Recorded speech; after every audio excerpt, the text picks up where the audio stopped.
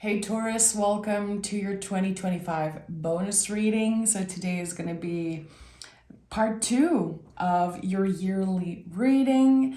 Make sure to check it out if this is something you're interested in. And, for whatever reason you clicked on this video, why you got here today. First of all, thank you so much for clicking on this video, but I really believe that there's a message here for you. I did not go back to the initial 2025 readings. I really want whatever wants to come through today to just be, welcome and honored in this moment. So there could be things that repeat, there could be cards that are showing up again for you. So, work around that. What are the cards that keep showing up for you? What are the messages that seems the most important? And as always, listen, receive, and give yourself the time to digest the messages. Okay. Taurus.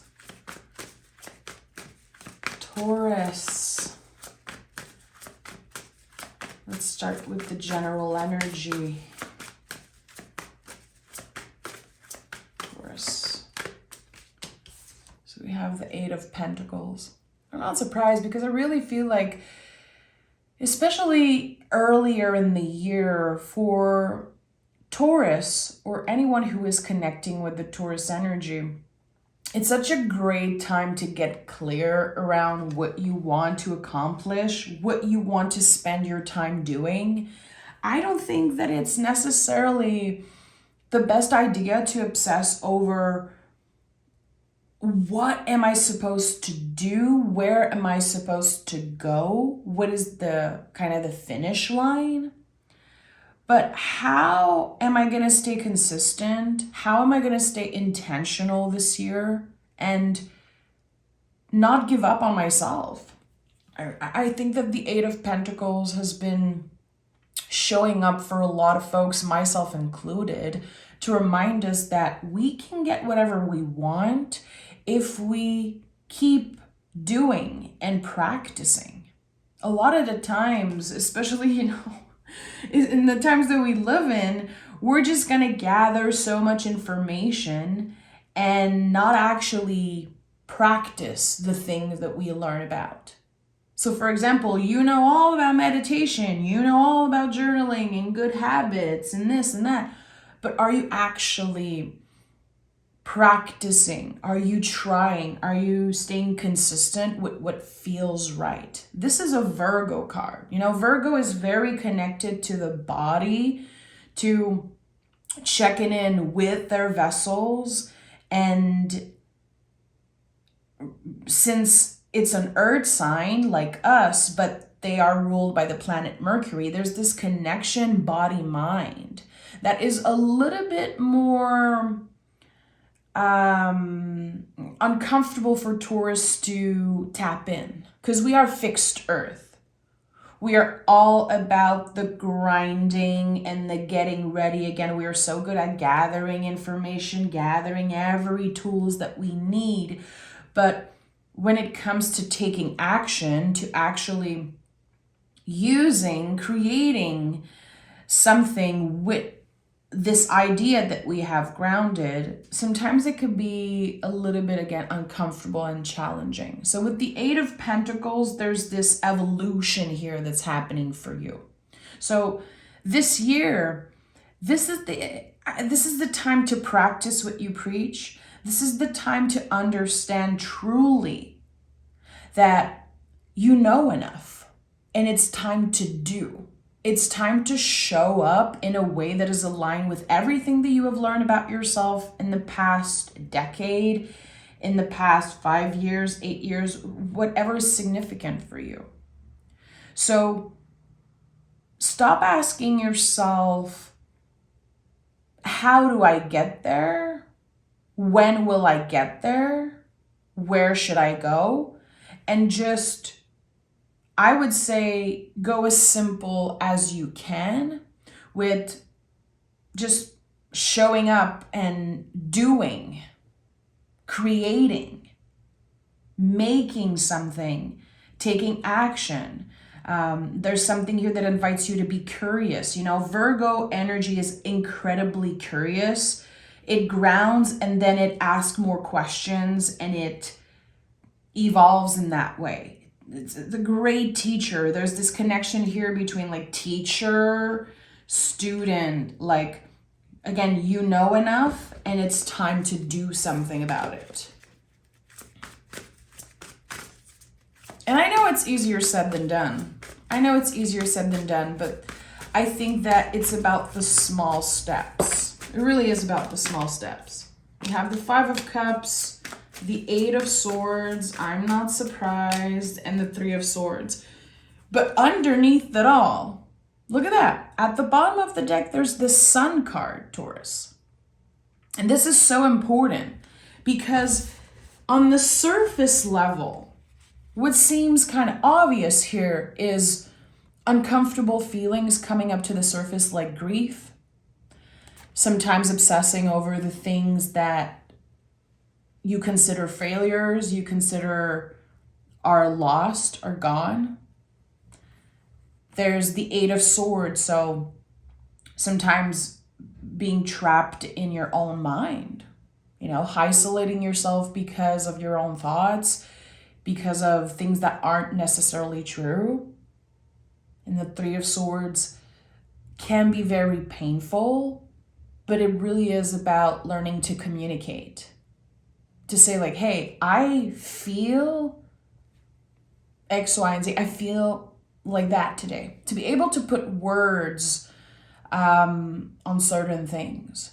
To take the time and communicate what's on your heart.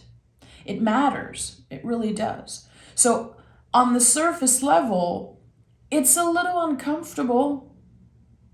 I feel like people forget how Taurus can be secretive, can be mysterious. And I've shared this so many times, and I think a lot of Taurus is going to relate to this experience. And I am also a Taurus sun. We have been raised, a lot of us, or we raised ourselves into believing that doing everything on our own and never asking for help and never bothering anyone with how we feel, it makes us more valuable. It makes us more powerful in some way. It makes us better in some way. Does it? I don't think so. And the true power of a Taurus, I feel, comes out when we are getting vulnerable. When we are able to vocalize, remember, we're ruled by the throat chakra. When we are able to vocalize certain feelings and without shame saying, I'm not doing so great right now, or embodying a no, being able to say no to something without feeling bad, I think it makes a huge difference. So here, I know that huge themes for you this year, which again, on the surface are gonna feel uncomfortable and look kind of messy. But it really is about clearly sharing that mess, unapologetically saying no when it's a no for you. Always going back to this general energy, which again, the 8 of Pentacles is Virgo. Like, how does it feel in your body when someone says something about your situation, when someone compares, when someone copies, when someone doesn't show up for you or needs you to show up for them? I think that we absorb so much as an, earth fixed signs. And when do we clear that energy away? We can be carrying, we are bulls, massive bulls, not cows, I know you've heard that before, and this is something that really stuck with me in the past few years. We're supposed to take up space, and we, I think, naturally accumulate a lot of energy. Like, this buildup of energy is everything that we absorb from all relationships And everything that people took from us at one point, our time, which is our, our energy, which is our currency, the advice, everything that they need from us. Is there a balance between that give and take? I think that you're realizing very early on in 2025, Taurus, that there's been something a little unbalanced around how much you've been giving versus like how you've received from other people. And it's going to be different for each and every one of you watching. I really feel like there's this clear scale in my mind. I can see it, and it's uneven. And for you, either it is that you've been giving too much, or that maybe you've felt scared of asking for help. Maybe you felt uncomfortable receiving. Again, maybe you've been making sure that you never ask for anything ever. And you are the resourceful person. You are the one who takes charge all the time. And I think it became, or it's becoming, a little unhealthy, to be honest. Your mental health, clearly with, the Five of Cups, the Eight of Swords, and the Three of Swords, there's something that is transforming here when it comes to your nervous system, when it comes to how you relate to your thoughts, how you relate to those old beliefs about yourself. Because 8 is a number of transformation, and we already have 2 8s. So there's a transformation when it comes to how you exchange energy. Energy is your currency. So yes, we can associate it to the pentacles. Pentacles are not coins. This is a pentagram. So it's way more powerful than just money or coins. And with the Eight of Swords, there's the transformation of the mind. So we're seeing something clearly about our own behavior. We're taking accountability. And we realize, again, very early on in 2025, okay, there are things in my life, habits, behaviors that I could be doing differently. I've been blocking myself from more abundance. I feel like I'm talking a lot right now, and this is what happens when you're channeling, especially right now. It's very early in the morning and just my channel is so open. But really, to summarize all of this is the end of self-sabotaging. So what areas of your life, like what spheres in your life have you been self-sabotaging? And for some of us, it's all of it. Let's just be honest. Let's just be real. Sometimes it's all of it. And for others, it's going to be this one specific area. There's something about energy, love, abundance, all of those pentacle themes that you've been blocking unintentionally, I think, to protect yourself from being in the Three of Swords all the time. So we have the Devil card here, and at the heart of your reading, there's the High Priestess. So first of all, the Devil card being here makes so much sense. Again, we are noticing something about our own behavior, something that is probably connected to our connection with authority, our relationship with authority.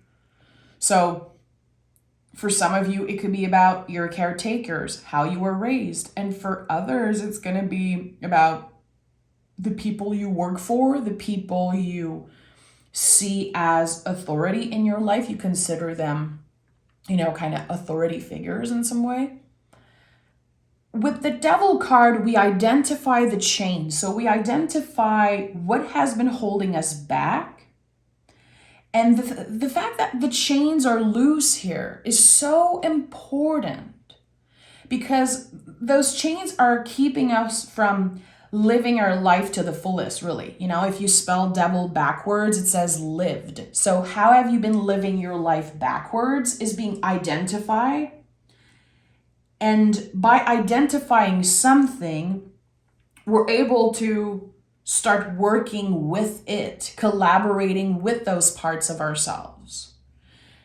The devil card is not evil. The devil card is not bad. It's part of us. Again, it's connected to Capricorn. It's connected to authority, all the Saturn energies.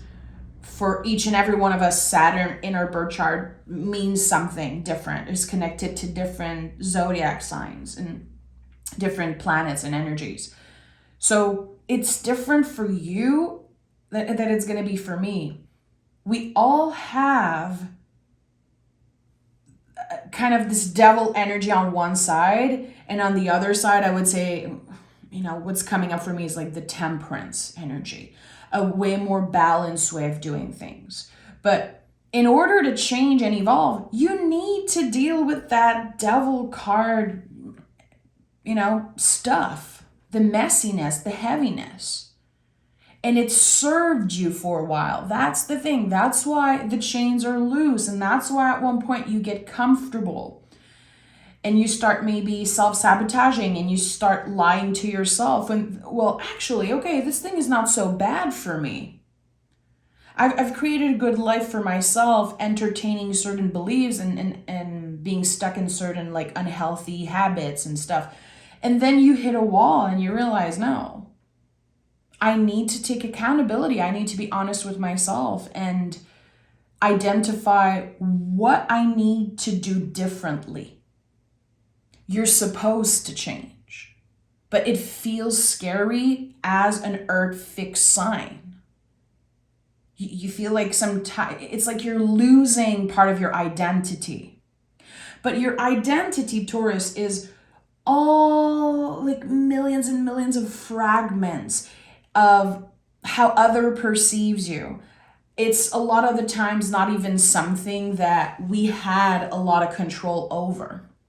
And I think you're getting to a point in your life where you're reclaiming parts of your identity that, first of all, you never knew were there in the first place. And you're honoring and welcoming change. Like, okay, it's okay to change. It doesn't mean that I'm completely moving away from who I was, but I'm choosing to bring with me the tools and the lessons that actually make sense, and to maybe say goodbye to whatever has been toxic, unhealthy, and kept me in this loop of self-sabotage for so long. And at the heart of your reading, the High Priestess, Taurus. The High Priestess, she's holding all the deepest mysteries of the world and of ourselves. This is huge revelations. And I don't say this lightly. I feel like the High Priestess sometimes is overlooked in readings. People are like, oh, you're going to connect with your intuition. Yeah, this is way deeper than that. Because again, the High Priestess is like the guardian of mysteries. There are parts of yourself that are so powerful, so full of light, so full of magic, that I think you're going to be surprised. You're going to be impressed with yourself, with your skills, with your own power and magic. Again, I think that this is the year where you're coming out as the most authentic, like truest version of you. And really letting yourself be guided by your intuition. Yes, it makes a lot of sense with the High Priestess, but it's not just about intuition. It's about honoring our own cycles and rhythms. The High Priestess is connected to the moon. And the moon changes signs every 2.5 days. It's a constant cycle of change. It's a spiral. The moon is very much like a spiral, or like the waves of the ocean. You cannot control it, but you can learn to flow with it.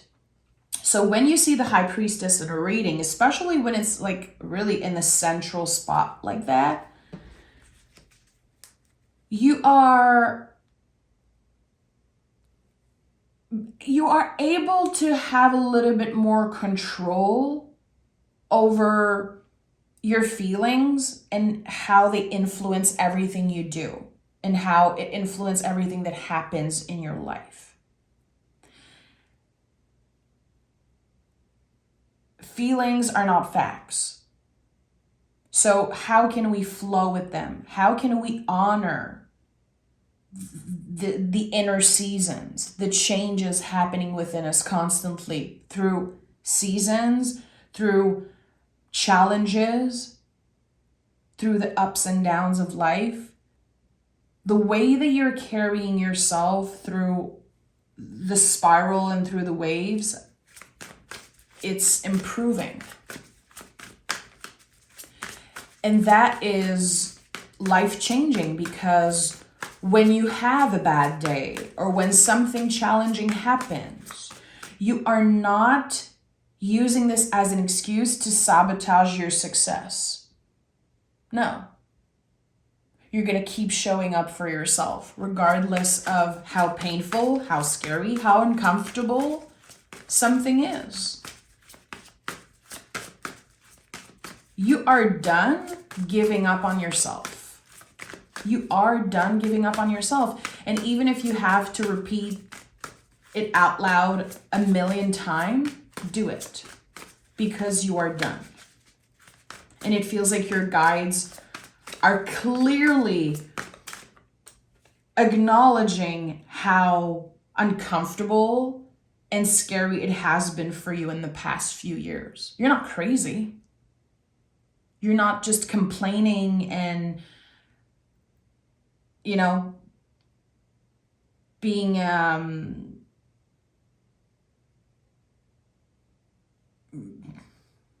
difficult in a way is the word I want to use. There's so much shame for Taurus when we have to acknowledge that things have been hard for us. We don't like that. But you got to a point where it was essential for you to be honest with yourself around that. And the Four of Pentacles is here. And this is solid energy. All fours in the tarot are connected to our foundation.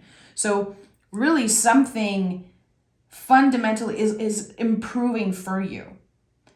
You are grounded, you are present, you are secure. And I feel like this year you are building long-lasting abundance. So security for the future. What makes you feel more present, it helps you be more present, because the mind is not time traveling so much. You're able to create security for your future self, so your present self is at peace with whatever wants to come.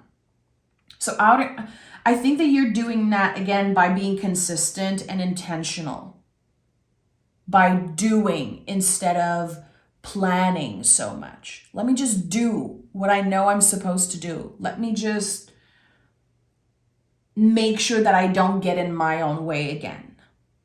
Very easy for Taurus to self-sabotage, to get in their own way. We are so powerful. We are so magnetic. We are like huge magnet for success, abundance, money, love. That's what the Venus energy does. It attracts. It absorbs. We are so capable of anything and so powerful in that way that we scare ourselves. We really do. We know exactly what we're supposed to be doing. It's not a coincidence that in the tarot, Taurus is the Hierophant. Like, come on. We are the teachers. And to practice what we teach, what we preach, quote unquote, I think it takes more time than maybe other folks. Because we are so particular that we want to make sure every detail is aligned. We want to make sure that we're doing exactly what is perfect and aligned for us and aligned with our values. And sometimes it's just too much. If we obsess over the details, if we try to rush, we're going to fall. We're going to hit a wall and we're going to have to start over again. But this isn't a story of starting over. It's really a story of breaking free from the limitations. So Four of Pentacles, a solid foundation and body wisdom. This card is so much about body wisdom. Trusting your vessel, trusting that you are your own wise teacher. Trusting that, again, you know exactly what you should be doing. And yeah, there could be 1,000, a million reasons why you're not doing the things that you should be doing. Those are excuses. And I think that you know that. So we have the Justice card, Three of Swords, the Three of Wands, sorry, and the Four of Swords. So with the Justice card, everyone wins. Everyone wins. There's something that I always say out loud whenever I'm doing any type of ritual, whenever I'm trying to call in something into my life. I always make sure to say out loud, this is for the greater good of everyone involved in this situation. I'm never ever gonna just try to attract someone into my life or manifest something and not make sure that it is for the greater good of everyone involved. This is, to me, so important, so foundational when it comes to spell work, to manifestation, to soul work also. And the Justice card represents that beautifully. It is connected to Venus, but it's the card of Libra. So we have the earth energy of Venus, but we have the air, like a little bit like Virgo. Grounding something and then making it happen. So you're getting clear about what you want this year, and it might sound very basic, but I think that for a lot of us, we've been walking through life with a blindfold over our eyes and just pushing ourselves, doing too much, doing as much as we can, and then feeling burnt out, and then giving up on ourselves, giving up on some type of goal and feeling like, okay, I've done this to myself again. And then we get into that cycle of judging ourselves, critiquing ourselves. I failed again. How come? How am I not able to maintain habits? How am I not able to maintain this type of success? I think it's the blockage of receiving. It feels uncomfortable for almost, every human to receive. It's just how we are made. It's one of the most uncomfortable things ever. It's so much easier to give, and the best example of that is just a compliment. And I think that, sometimes if we're lucky enough, if we're patient enough with ourselves, we're going to learn to receive compliments, but it's always a little uncomfortable. But sometimes it feels like this huge ball of fire and we're just pushing it away, like sending a compliment back as fast as we can. This is how uncomfortable it is to receive. But here we receive and then we use that energy. We use what we have been welcoming, that love, that abundance, those compliments, the support, and we share it again. There's this collaboration here with the 8 energy. So it's not just about absorbing everything and then feeling like it's too much, we're going to implode, or we're drained, we're exhausted. We are collaborating with the universe in some way that we haven't done before in 2025. And 2025 is the middle of the decade. Justice card is the central point of the tarot. It's number 11. It's the scale. It's the balance of it all. It's, the celestial scale. So you are right in the middle. And it's not about doing everything perfectly. It's not having a perfect schedule, a perfect body, a perfect routine, perfect habits. It's not about that. It really is about finding that balance and giving ourselves the grace and the compassion when we need it, when we are not showing up, when we are self-sabotaging. It's not about never doing it again, which although I still believe that there are certain habits that you will never revisit ever in your life. There's a clear cut here for me intuitively when it comes to the devil and the high priestess. It's like, I realized that this was so bad for me and I've cultivated it. I've welcomed it into my life. Not anymore. So there are things that you're going to be fully done with in 2025. And that is helping you get to that level of balance for sure.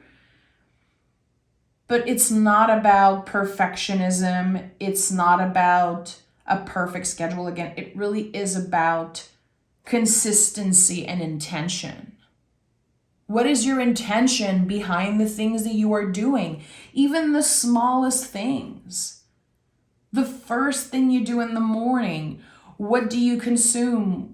What is the first thing you drink? What is the first thing your body absorbs in the morning? What are you listening to? Who are you making time for? How are you taking care of your vessel, your body, your house, your relationship? It's all about the little things adding up and creating some type of massive change, because the Three of Wands is here and this is a new beginning. It's the ultimate leap of faith in the tarot, way more than the Fool card. The Three of Wands is when the mind, body, soul is aligned. And again, I think that there's something about identity with the Wands that I've been journaling a lot about, and it's been coming up a lot in my own practice.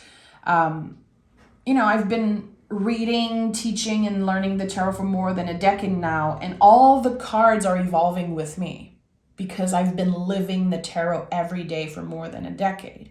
And the Wands recently are really all about identity for me and the perception of who I am, and how so much of it come from other people, all memories and just little fragments, and how I have so little control over that. I feel like we forget that. We forget how little control we have over our identity and how we're being perceived, and how that perception sometimes will influence how we feel about ourselves, how we see ourselves, and how we believe in ourselves. With the Three of Wands, there's this almost perfect moment of alignment where it feels magical. It feels a little miraculous, I would say, and you just go for it. You just do the thing that you've been pushing away, that you've been delaying. So there's been a lot of delaying, I would say, in the past 5 to 3 years for Taurus. A lot of delaying, a lot of just smoothly riding the wave and then being hit with a challenge and feeling like you've lost full control. Now, you're entering 2025 like a freaking surfer riding the wave, like a world champion surfer.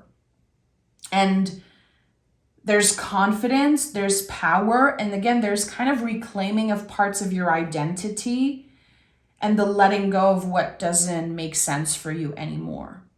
So yes, there's the rewriting of your inner stories that I think we've been doing in 2024. It's the continuation of that, but it's what comes next after that. When we go back to the truest part of ourselves, that inner light, that flame, that light that never goes out within us, which was such a big theme of 2024. What happens then when we tap into that energy, when we reconnect with that part of ourselves? I think what happens, is kind of out of our control, really, but it's limitless. It's infinite possibilities. And the Four of Swords is showing up as the last card in this, in the foundation of the reading. And I'm going to be picking oracle cards after. But Four of Swords, when this card come up, that you're going to need rest. You're going to have to schedule time for rest. You're going to have to put your phone down. You're going to have to meditate, to breathe, to give yourself the possibility to recharge, to put the oxygen mask on yourself first. So this card is always a confirmation for me that, okay, this is going to be a busy time. I might get to a point where I'm so exhausted, I cannot even work. I cannot even hang out with friends. Let's not get to that place. Let's make sure that we always go back to the foundation. We have 4, 4 here, 3, 3, 8, 8. Those repetitive energies are kind of a confirmation that you will be tested over and over again, but eventually it will become a lot easier for you to say no and to say yes to what feels right. So it's never a waste of time to rest, to pause, to breathe. It's never a waste of time. It's, especially when it comes to practices like meditation, journaling, breathing, stretching, everything that helps you pause in that way. It's like a bank account, especially meditation. Even if you do it just 2 minutes every day, even if it's 1 minute, it really adds up. So I think it's about showing up and, again, taking action and doing the thing instead of planning. And to notice how easier it gets and how much it improves your overall well-being. And it really is the 4-4 here. It's like it's supporting everything in your life. And this theme of earth and air is constant in your reading. And I think it really is going to be showing up in your life in 2025. How the deeper you are grounded, the higher you can ascend. And I think you're going to ascend to levels that you've never achieved before. Even if right now it feels impossible. It is. It is. You're a freaking bull. Anything is possible for you. You are the sign that makes everything real. You are the sign in the zodiac that grounds anything, that make anything possible. You are like the garden of the zodiac, nourishing everyone, supporting everyone. But you need to make sure that you are, aligning the mind and body and the soul, constantly going back to the foundations. So we have lunar eclipse. Open the door to a higher dimension. Okay, that's interesting, Taurus. Let me read the booklet. I love to read the booklet for this specific deck. I just feel it's a fabulous one, and I want to know. Give me a second. Lunar eclipse. You are being called to connect with your higher self. The lunar eclipse represents an energetic gateway, allowing higher frequencies and higher beings to reach, guide, and impact us.